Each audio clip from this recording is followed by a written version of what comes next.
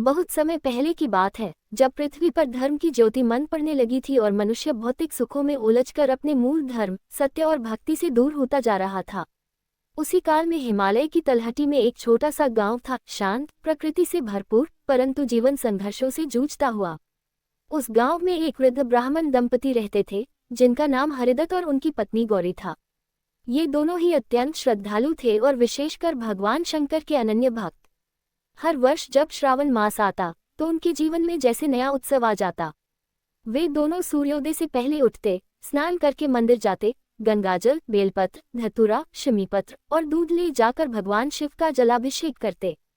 गौरी व्रत रखती और दिन भर शिव नाम का जाप करती। इस प्रकार कई वर्षों से सावन उनका मुख्य साधना काल बन चुका था। एक बार की बात है, जब सावन आरंभ हुआ तो उस गांव पर भारी आपदा आ पड़ी। बादल गरजते थे लेकिन बरसते नहीं थे, खेतों में दरारें पड़ गईं, पशु पानी को तरसने लगे और लोगों के चेहरों पर भय की रेखाएं उभर आईं। गांव के लोग ब्राह्मण के पास गए और बोले, बाबा अब क्या करें?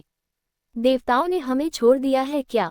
हरिदत्त मुस्कुराए और बोले, नहीं बेटा, देवता तो वही हैं, पर हम शायद उनसे जुड़ना भूल गए हैं। श्रावण मास भगवान शिव का प्रिय महीना है। यदि हम सब मिलकर इस माह में व्रत करें, शिव का अभिषेक करें, कथा सुने, एक दूसरे की सेवा करें और संकल्प लें कि जीवन में सच्चाई, श्रद्धा और संयम लाएंगे, तो न केवल वर्षा होगी बल्कि हमारे जीवन में भी फिर से हरियाली आएगी। गांव भर में जैसे नई चेतना फैल गई। हर घर से लोग सुबह मंदिर आने लगे।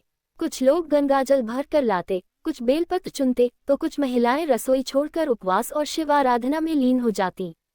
हर शाम मंदिर में दीप जलते, भजन गूंजते और संगीतमय वातावरण में शिव पुराण की कथा चलती।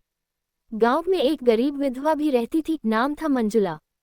उसके पास व्रत करने के लिए ना दूध था, ना फल, ना धन, परंतु उसके पास था सच्चा विश्वास। वह प्रतिदिन अपने बर्तन में नदी का जल भरती, एक बेलपत्र तोड़ती और शिवलिंग पर चढ़ा देती। गांव के कुछ लोग उसका मजाक उड़ाते थे, कहते थे, देखो, बिना पूजा सामग्री के व्रत कर रही है। परंतु हरिदत्त ने जब ये देखा तो बोले, जिसे सच्चा भाव होता है उसके लिए सामग्री गौण है। शिव भाव के भूखे हैं, वस्त्रों और धन के नहीं। सावन का तीसरा सोमवार आया। उस दिन आकाश जैसे स्तब्ध हो गया था। सब लोग जल चढ़ाकर लौट ही रहे थे कि अचानक एक शीतल हवा चली और बादलों की गड़गड़ाहट गूंज उठी। हर कोई मंदिर की ओर मुड़ा और तभी तेज वर्षा आरंभ हो गई। लोग प्रसन्नता से नाच उठे। बच्चों ने तालाबों में कूदना शुरू किया, किसान खेतों में दौड़ पड़े और मंदिर में घंटियां गूंजने लगी। हरिदत्त ने कहा, ये शिव की कृपा है। जो सावन में सच्चे मन से आराधना करता है उसके जीवन में वर्षा आती ही है, चाहे बाहर हो या भीतर। गांव में हर ओर उल्लास छा गया, परंतु कुछ ही दिनों बाद एक व्यापारी, जो गांव का सबसे धनी व्यक्ति था, बीमार पड़ गया।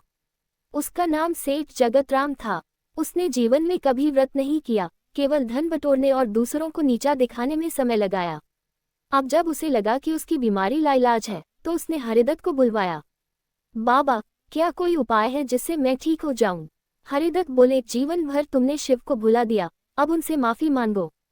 सावन अभी बाकी है, अगर तुम व्रत रखो, जलाभिषेक करो, मन से क्षमा याचना करो और लोगों की सेवा में समय लगाओ तो शिव कृपा से कुछ भी संभव है। सेठ ने व्रत का संकल्प लिया, अपनी संपत्ति का एक बड़ा भाग जरूरतमंदों में बांटा, मंदिर में गंगाजल और दूध भिजवाया और खुद रोज बेलपत्र चढ़ाने लगा। लोगों को पहले विश्वास नहीं हुआ, लेकिन उसकी आंखों में पश्चाताप का सच्चा भाव था। सावन की अंतिम सोमवारी पर उसकी तबीयत सुधर गई। उसने सबके सामने कहा, मैंने जीवन भर सोने का भंडार जोड़ा, पर असली अमीरी तो इस सावन में भगवान शिव की कृपा और लोगों का आशीर्वाद है। सावन पूर्ण हुआ, गांव में वर्षा और हरियाली लौट आई। हरिदत्त और गौरी ने व्रत की समाप्ति पर सामूहिक भंडारे का आयोजन किया। मंजुला को सबसे पहले आमंत्रित किया गया। मंदिर के बाहर दीपमालाएं जली, आरती हुई और शिव चालीसा का गान हुआ। हर कोई भाव विभोर था।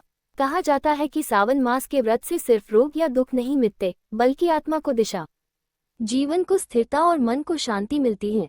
यह मास केवल दूध चढ़ाने या बेलपत्र देने का नाम नहीं, ये तपस्या, सेवा और समर्पण का समय है।